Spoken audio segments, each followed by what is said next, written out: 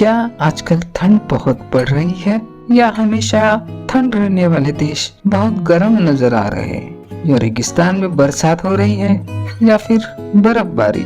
ऐसे न जाने कितने सारे उल्टे फुल्टे न्यूज आपने टीवी पे देखे या फिर कहीं पढ़े या सुने जरूर होंगे।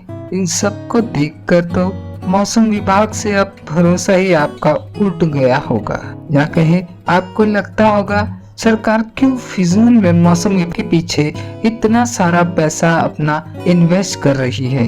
पर दोस्तों, ये गलती मौसम विभाग की नहीं, कहीं शायद आपकी भी होगी। देख लो।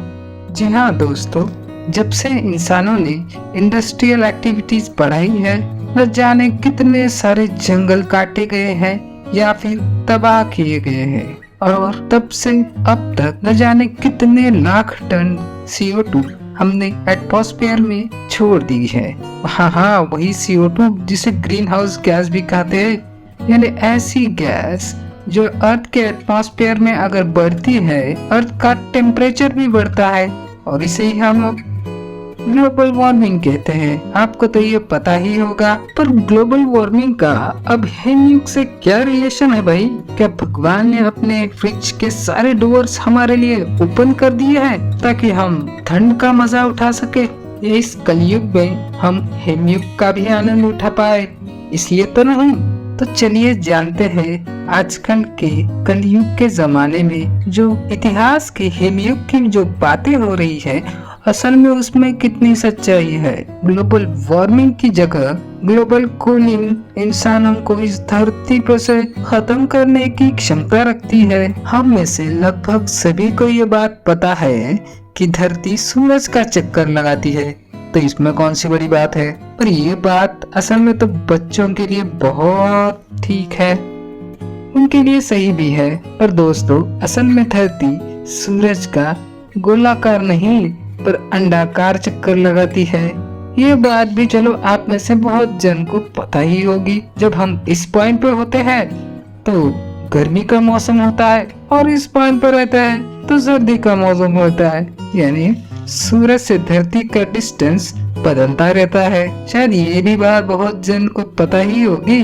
पर आपको ये बात भी पता होगी कि भाई अपना सूरज भी किसी का चक्कर लगा रहा है। हाँ, सूरज तो सूरज अपने मिल्की वे गैलेक्सी का चक्कर लगा रहा है। और जब हम इन सब की मोशन को एकत्रित करके देखते हैं, मोशन कुछ इस तरह नजर आती है, और बस इसी मोशन के चलते कभी कभी सूरज और धरती जो मैक्सिमम डिस्टेंस होता है, धरती कभी कभी थोड़ा सा उससे भी आगे चली जाती है, जिससे हेमयुग आता है। हाँ, कुछ हजार सालों में तो ये होता ही रहता है, यानी अपनी जो मैक्सिमम डिस्टेंस होती है वो कभी बढ़ती है तो कभी सिकुड़ती है। तो इसी के चलते हमारे यहाँ हेमयुग आता है। पर आप अभी सोच रहे होंगे कि हमने तो इस बार इतना सारा पोल्यूशन किया है कि इस बार तो हमें हेमयुग का कोई टेंशन ही नहीं, क्योंकि वैसे भी तो हमने हमारे यहाँ की गर्मी जो बढ़ाई रखी है ग्रीन हाउस गैस के वजह से, उससे तो हमें फायदा ही होगा। यही सोच रहे हैं ना आप? पर ये गलत है मेरे दोस्तों।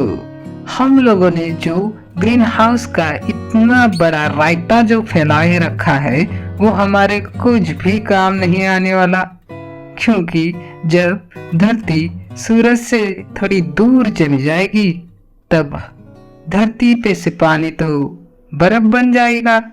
वही बर्फ जो सफेद नजर आती है, और इसके कारण रिफ्लेक्शन होगा। रिफ्लेक्शन यानी वही जो कांच करती है, लाइट का परावर्तन, यानी हमारे यहाँ पे आने वाली सूरज की सारी रोशनी अब एटमॉस्फेयर पे ना रह के परावर्तित हो जाएगी, और फिर शुरू होगा हेमयुग।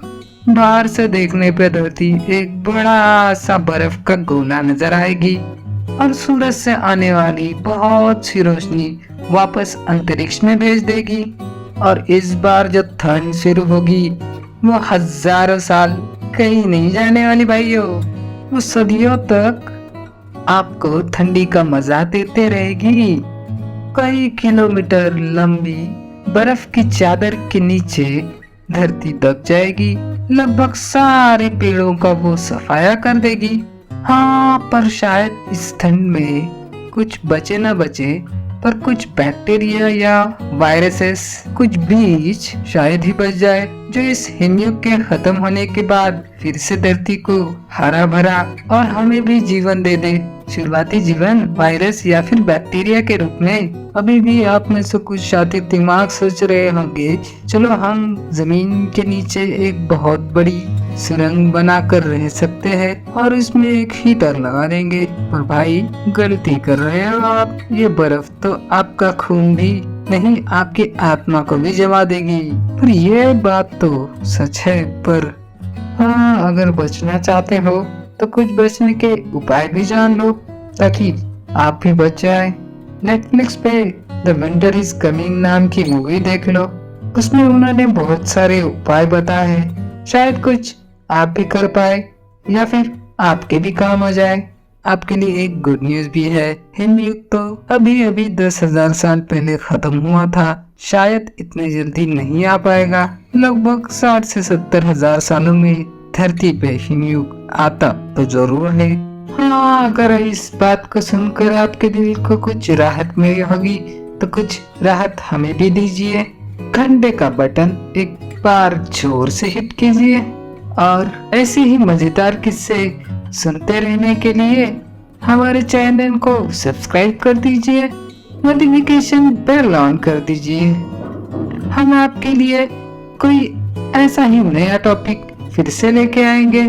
तब तक के लिए आपको ये कहानी कैसी लगे हमें कमेंट बॉक्स में बताना ना भूलना। तब तक के लिए गुड बाय।